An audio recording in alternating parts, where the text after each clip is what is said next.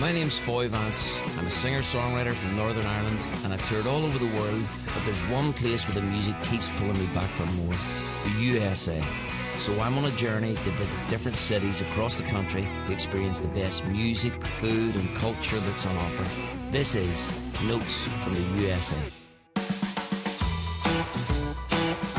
Today I'm in Chicago, Illinois, one of America's biggest and most influential cities. From blues rock to house music and everything in between, Chicago is rich with a diverse history of artists bringing new sounds to the world.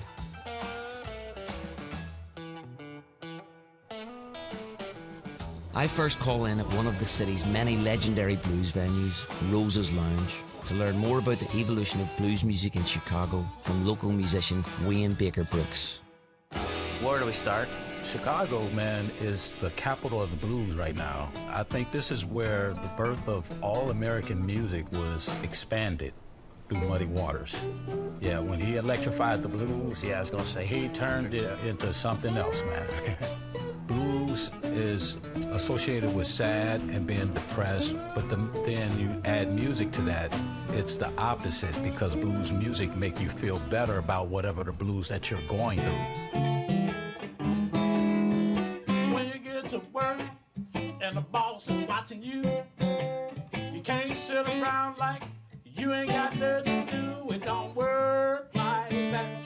Don't work like that. It don't work like that. It don't work like that. It don't work like that. You got to find you something that will. Go ahead, let me hear you. Go.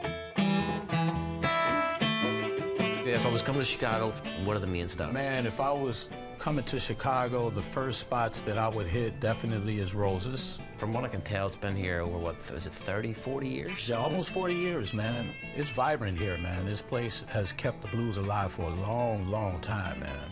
Well, it sounds like a lot of the Chicago legends have played here. Oh, yeah, absolutely. They even had President Obama have his party here one time. He came and listened to some blues, and then Kingston Mines, and the Chicago Blues Fest, man. Come and see me play the Chicago Blues Fest. There you go. Get in there, get in there.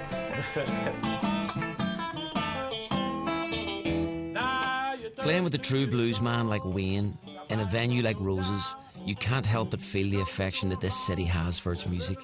There's just something about the blues in Chicago that I think everyone can tap into and enjoy. It don't work like that. It don't work like that. It don't work like that. You got to find you something that will.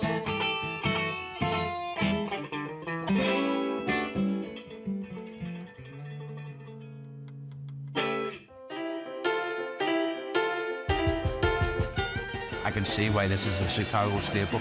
After sampling the iconic Chicago dog and Italian beef. Oh my God.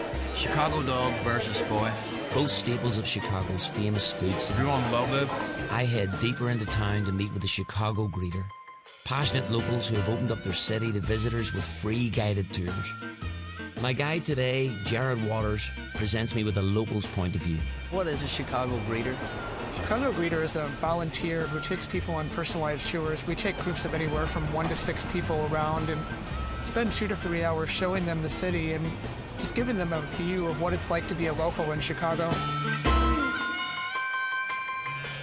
What makes Chicago stand out from other cities? I think one of the great things about Chicago is our river that you can see here, and the opportunity to really explore the river either on the Riverwalk or in a kayak or on a tour boat. And then we have a wonderful lakefront, as we saw, that will really give you a chance to see the skyline from a different vantage point.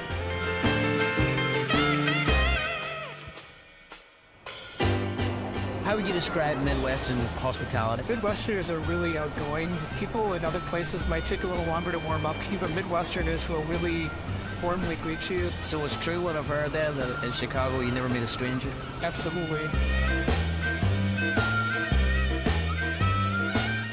After taking in some of the city's world-famous landmarks, I go to explore a lesser-known, but no less integral building in the city. Frederick Dunson, business partner to the legendary godfather of house music, Frankie Knuckles, has offered to take me on a trip down memory lane and show me the original warehouse venue where house music began back in the early 1980s. This is it. Wow. This is Mecca. This particular two-block is named Frankie Knuckles Way. So this is where everybody came in. It doesn't look like anything special, what did I say? Well, from the outside, but the inside, it was very simplistic, very clean, not a whole lot of gadgets. It was all about the sound and the music that was coming out of that system. You know what? I'd love to hear a bit more about this. You want to grab a drink? Sure, let's go. Let's go. Frederick and I head to the nearby Time Out Market in West Loop to talk more, while sampling some of the city's many food vendors that are on offer here. You like veggies? I love it all. Everything. Collard greens. Collard greens. Okay. Well, tell me this. What is house music? House music is a feel-good music. Music that has derived out of Chicago, produced out of Chicago, sounds like Chicago. What's the key difference between music pre-house and then when that started?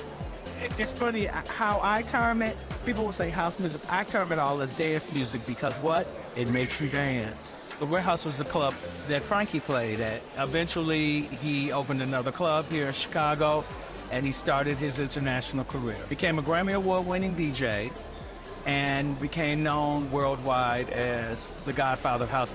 He didn't call himself that. That's what people called him. Currently now, there is still a vibrant scene in Chicago that would be reminiscent of the 70s, 80s, 90s. There is a promotion called Queen, but it's at Smart Bar downstairs, but on certain nights, they open up because there's another venue upstairs called Metro. Metro has been around. They're celebrating their 40th year anniversary this year. Are there any other places you go to learn about house music or Frankie in general? Well, currently, there is a building on the south side called the Stony Island Art Space. It's where Frankie's record collection is housed at. You could go there and you could look at the collection. You can maybe hear some of the collection.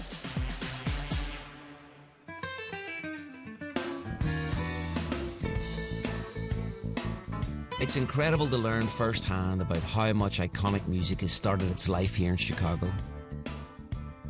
It's a city that delivers on its status as an American metropolis.